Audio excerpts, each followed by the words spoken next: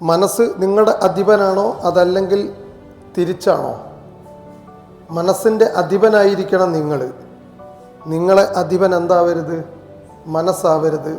മിക്കവാറും ഉൾട്ടയാണ് സംഭവിച്ചുകൊണ്ടിരിക്കുന്നത്. അത് കവി പാടിയത് അറിയാമല്ലോ അല്ലേ? മനസ്സൊരു മാന്ത്രിക കുതിരയായി പായുന്നു മനുഷ്യൻ കാണാത്ത തീരങ്ങളിൽ എന്ന് പറഞ്ഞിട്ടുണ്ട്. അന്നേ മനസ്സിനെക്കുറിച്ച് കവിഭാവന ഇങ്ങനെ വർണ്ണനകൾ ഇങ്ങനെ വന്നുകൊണ്ടിരുന്ന ഒരു കാലഘട്ടത്തിലൂടെ, വയലാറിൻ്റെ കാലഘട്ടത്തിലൂടെയൊക്കെയാണ് നമ്മൾ കേട്ടുമറന്ന കുറേ പാട്ടുകളുടെ ഈരടികളൊക്കെ നമ്മൾ എന്നും നമ്മുടെ മനസ്സിലുണ്ടായിട്ടുണ്ട്. കവികൾക്ക് ഏറ്റവും കൂടുതൽ, കലാകാരന്മാർക്ക് ഏറ്റവും കൂടുതൽ, ശാസ്ത്രകുതികൾക്ക് ഏറ്റവും കൂടുതൽ അറിയാൻ ഉള്ള ആവേശവും ജിജ്ഞാസയും ഒക്കെ തന്നെ ഈ മനസ്സിനെ കുറിച്ചായിരുന്നു. അതുകൊണ്ടാണ് മനസ്സൊരു മാന്ത്രിക കുതിരയാണെന്ന് കവി പറഞ്ഞിട്ടുള്ളത്. ഇപ്പം മനസ്സിൻ്റെ നിർവചനങ്ങൾ എന്ന് പറയുന്നത് ഓരോ വ്യക്തികൾക്കും ഓരോ രൂപത്തിലും ഭാവത്തിലുമാണ് മനസ്സെന്താണെന്ന്.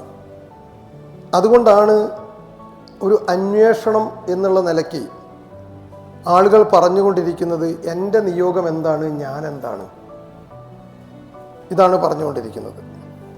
അപ്പോൾ അതിനു മുമ്പ് എന്തിനാണ് നമ്മൾ മെഡിറ്റേഷൻ ചെയ്യുന്നത്? യഥാർത്ഥത്തിൽ എന്താണ് മെഡിറ്റേഷൻ? അടിസ്ഥാനപരമായി നിങ്ങൾ ഈ കാര്യം മാത്രം മനസ്സിലാക്കുക. ഗണ്ണിക്കാൻ കഴിയാത്ത ഒരൊറ്റ വാചകമേ ശിവഭഗവാൻ പറഞ്ഞിട്ടുള്ളൂ. ഭഗവാൻ പറഞ്ഞതുകൊണ്ട് തന്നെ അതിനെ ഗണ്ണിക്കാൻ കഴിയില്ല. ശരീരമധ്യ ഗലു ധർമ്മസാധനം. ഇതിൻ്റെ അടിസ്ഥാനത്തിൽ മാത്രമാണ് മൃതസഞ്ജീവിനി ക്രിയ മുന്നോട്ട് പോകുന്നത്.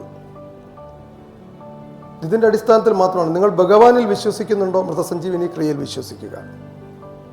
ഭഗവാനെ നിഷേധിക്കുന്നുണ്ടെങ്കിൽ നിങ്ങൾക്ക് ഇതിനെ നിഷേധിക്കാം.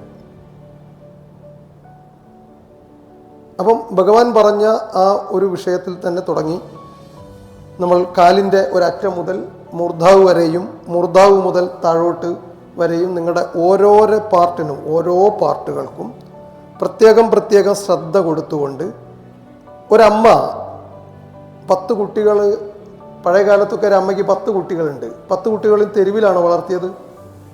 എവിടെയാണ് വളർത്തിയത്? വീട്ടിൽ തന്നെയാണ് വളർത്തിയത്. ഇന്ന് ഒരു കുട്ടിയെ നോക്കാൻ വലിയ പാടാണ് അമ്മമാർക്ക്, അല്ലേ? ഒരു കുട്ടിയെ നോക്കാൻ വലിയ പാടാണ്. എന്നാൽ 10 മക്കളുള്ള നമ്മുടെ ഒരു കാലഘട്ടം കഴിഞ്ഞുപോയ നമ്മുടെ എന്താ പറയുക, സ്വപ്നങ്ങളിലൊക്കെ, നിങ്ങളുടെ സ്വപ്നങ്ങളിലൊക്കെ ഉണ്ടാകുന്ന ഒരു കാലഘട്ടമുണ്ട്. 10 കുട്ടികളെ ഒരമ്മ പ്രസവിക്കുകയാണ്. ആ 10 കുട്ടികൾക്കും കൃത്യമായ ശ്രദ്ധ കൊടുത്തുകൊണ്ട്, ആ അമ്മ കൃത്യമായ വിദ്യാഭ്യാസം കൊടുത്തുകൊണ്ട് അവരെ പൂർണ്ണ തൃപ്തരായ മനുഷ്യരായി മാറ്റിക്കൊണ്ട് ഒരമ്മ അങ്ങനെ എത്രയോ വർഷങ്ങൾ ജീവിച്ചു പോയിട്ടുണ്ട്. ആ അമ്മയെപ്പോലെ തന്നെയാണ് മൃതസഞ്ജീവിനി ക്രിയയും. എല്ലാം നമ്മുടെ മനുഷ്യൻ്റെ ശരീരത്തിലെ ഓരോ അവയവവും അതിനനുസരിച്ചുള്ള പ്രാധാന്യമുണ്ടെന്നും, കണ്ണ് പോയാൽ കണ്ണിൻ്റെ വിലയറിയാമെന്നും, നിങ്ങൾക്ക് സൗണ്ട് കേൾക്കാൻ കഴിയില്ലെങ്കിൽ ചെവിയുടെ വിലയറിയാമെന്നും, അങ്ങനെ എല്ലാം മനസ്സിലാക്കി ആ അമ്മ വളരെ കൃത്യമായി കുട്ടികൾക്ക് പോഷകാഹാരങ്ങൾ നൽകി എങ്ങനെയാണോ ഒരമ്മ എല്ലാ കുട്ടികളെയും ഒരേ രീതിയിൽ വളർത്തുന്നത്, അതേ രീതിയിലാണ് മൃതസഞ്ജീവിനി ക്രിയ നിങ്ങളുടെ ശരീരത്തിലെ ദൈവികമായി നിങ്ങൾക്ക് കിട്ടിയിട്ടുള്ള ഓരോ ഓർഗനെയും ശ്രദ്ധിച്ചുകൊണ്ട്, ഓരോ പാർട്ടിനെയും അവർക്ക് വേണ്ടതായ ശ്രദ്ധ കൊടുത്തുകൊണ്ട് വളരെ കൃത്യമായി നിങ്ങളെ മൃതസഞ്ജീവിനി ക്രിയ പഠിപ്പിക്കുന്നത്.